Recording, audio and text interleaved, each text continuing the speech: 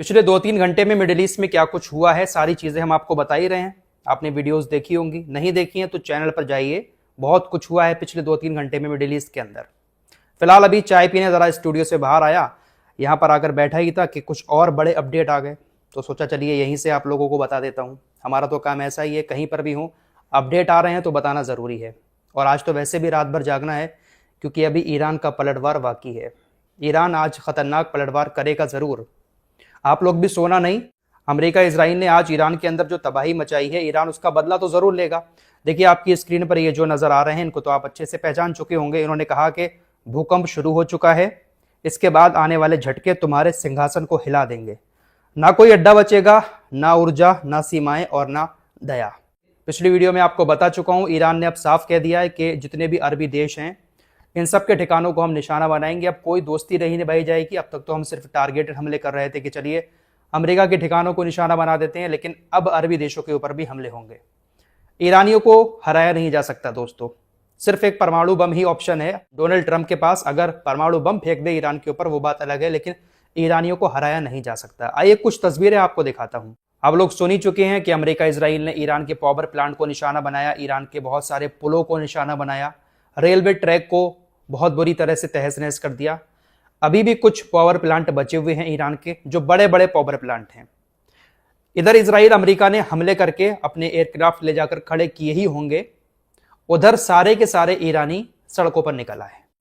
डर की वजह से छिप नहीं रहे ईरान के लोग, बल्कि सड़कों पर निकल आए। और जो पावर प्लांट बने हुए हैं तेहरान में, तबरीज एरिया में बने हुए हैं, कुछ और एरिया हैं, जो बड़े बड़े पावर प्लांट है, उसको चारों तरफ से ह्यूमन चैन बनाकर घेर लिया। और ईरानियों की तरफ से नारे लगाए जाने लगे कि आओ हमारे ऊपर हमले करो, पावर प्लांट को खत्म करो, हमें खत्म करो, हिम्मत है तो यहां पर आकर हमले करो। नेतन्याहू और ट्रंप कुछ भी कर ले, इन ईरानियों को हरा नहीं पाएंगे। इनका जज्बा तो देखिए, कोई डर खौफ नहीं है इनके अंदर कि अमेरिका ने धमकी दी है कि आपके पावर प्लांट को निशाना बनाएंगे, पुलों को निशाना बनाएंगे, रेलवे स्टेशन को निशाना बनाएंगे।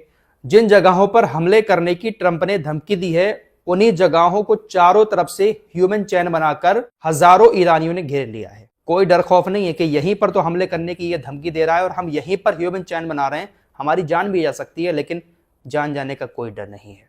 जब इस तरह की बहुत सारी चीजें सामने आती हैं, तभी लगता है कि ईरानियों को हरा पाना बहुत मुश्किल है। अब आज ईरान के रेल फैसिलिटी को निशाना बनाया गया है, तो ईरान ने भी कुछ रेलवे लाइन को अपने टारगेट में शामिल कर लिया है, जो इजराइल की मेन रेलवे लाइंस हैं। आयालोन कॉरिडोर, लॉर्ड जंक्शन और हाइफा अशदोद बंदरगाह, इजराइल के ये कुछ मेन रेलवे ट्रैक हैं। ईरान ने इनको अपनी टारगेट लिस्ट में शामिल कर लिया है और आज रात इन पर हमले हो सकते हैं। ईरान के अधिकारी ने एक बड़ी बात कही है कि देखिए अमेरिका इजराइल हमारे पावर प्लांट को निशाना बना रहे हैं। उनको ऐसा लगता है कि सिर्फ अंधेरे में हम ही आएंगे। हम तो अंधेरे में आएंगे ही, लेकिन पूरा एरिया भी अंधेरे में डूब जाएगा, खासकर सऊदी अरब, क्योंकि जो पावर ग्रिड है वो कहीं ना कहीं एक दूसरे से कनेक्ट है। अगर हमारी पावर फैसिलिटी को नुकसान पहुंचेगा तो इसका असर सऊदी अरब तक देखने को मिलेगा और सऊदी अरब में भी अंधेरा छा जाएगा। साथ ही साथ IRGC ने धमकी तो दे ही दी है कि तमाम अरबी देशों की हर एक चीज को अब हम खुलकर निशाना बनाएंगे।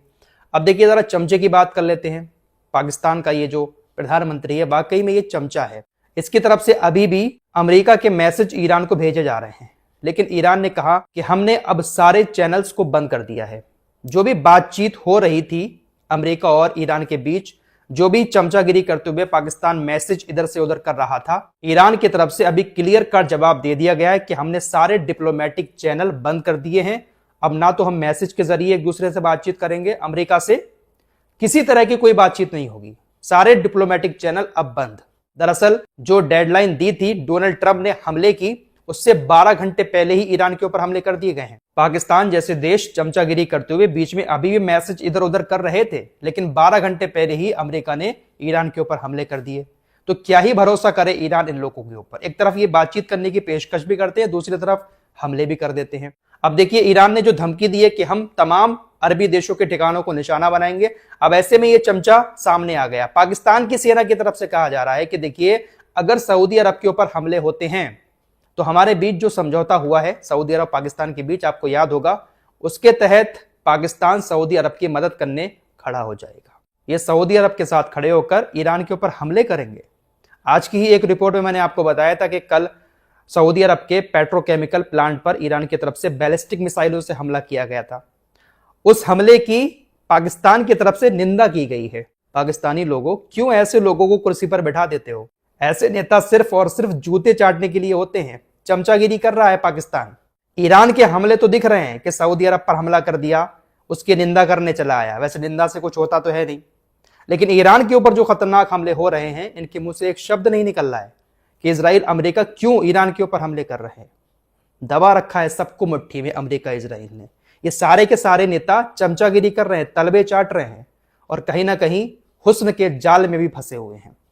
क्या मजबूरी है आखिर इन नेताओं की? ये जो आपको स्क्रीन पर दिखाई दे रहे हैं, ये कतर के विदेश मंत्रालय के स्पोक्स पर्सन माजिद अल अंसारी हैं। अभी कुछ देर पहले ये प्रेस कॉन्फ्रेंस कर रहे थे। इनसे जब पत्रकारों ने कुछ सवाल पूछे, उसका जवाब देते हुए ये कहते हैं, हम जल्द ही एक ऐसे हालात में पहुंच जाएंगे जहां इसे, यानी ईरान पर युद्ध जो चल रहा है, इसको कंट्रोल नहीं किया जा सकेगा और उस टाइम हम बहुत थक चुके होंगे।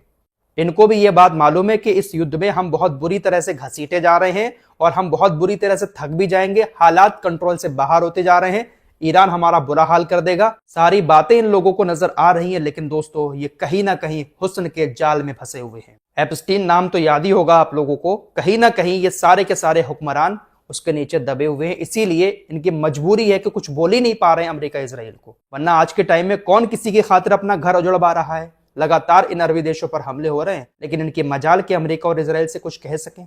दोस्तों अभी कुछ देर पहले जो डोनाल्ड ट्रंप ने बड़ी धमकी दी थी कि आज ईरान पूरी तरह से तबाह हो जाएगा, कहीं न्यूक्लियर अटैक तो डोनाल्ड ट्रंप नहीं करने वाले हैं। ये जो उपराष्ट्रपति है जेडी वेंस, इसने भी अभी पत्रकारों से कहा ईरान को समझौता करना ही होगा। अगर ईरान समझौता एक्सेप्ट नहीं करता है तो हम ऐसे हथियारों का इस्तेमाल करेंगे जो हमने अभी तक नहीं किए।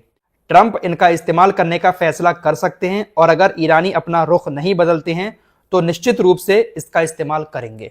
इसकी दो बातों पर गौर कीजिएगा। इसने कहा कि हमने अभी तक जिन हथियारों का इस्तेमाल नहीं किया है, हम उन हथियारों का इस्तेमाल भी कर सकते हैं और वो हथियार राष्ट्रपति डोनाल्ड ट्रंप के आदेश से ही इस्तेमाल किए जाएंगे। आपको यहां पर एक बात बताता चलूं कि अमेरिका के पास जो परमाणु हथियार है, उसका इस्तेमाल करने का आदेश सिर्फ और सिर्फ डोनाल्ड ट्रंप ही दे सकते हैं। कहीं ऐसा तो नहीं है कि डोनाल्ड ट्रंप कोई गलत इरादा करके दिल में तो नहीं बैठ गया है?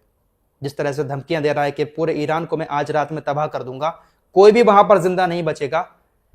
अल्लाह खैर करे क्या होगा आज की रात में। फिलहाल आप लोग भी थोड़ा सा जागते रहें। हमारी कोशिश भी लगातार जारी रहेगी, चाहे स्टूडियो में हो, चाहे घर पर हो, कहीं पर भी हो, हर अपडेट आप लोगों को वक्त से पहुंचाते रहेंगे। चलिए अब मैं चाय पी लेता हूं, थोड़ा सा अपने आप को तरोताजा करके फिर से आपके सामने लेटेस्ट अपडेट के साथ हाजिर होता हूं।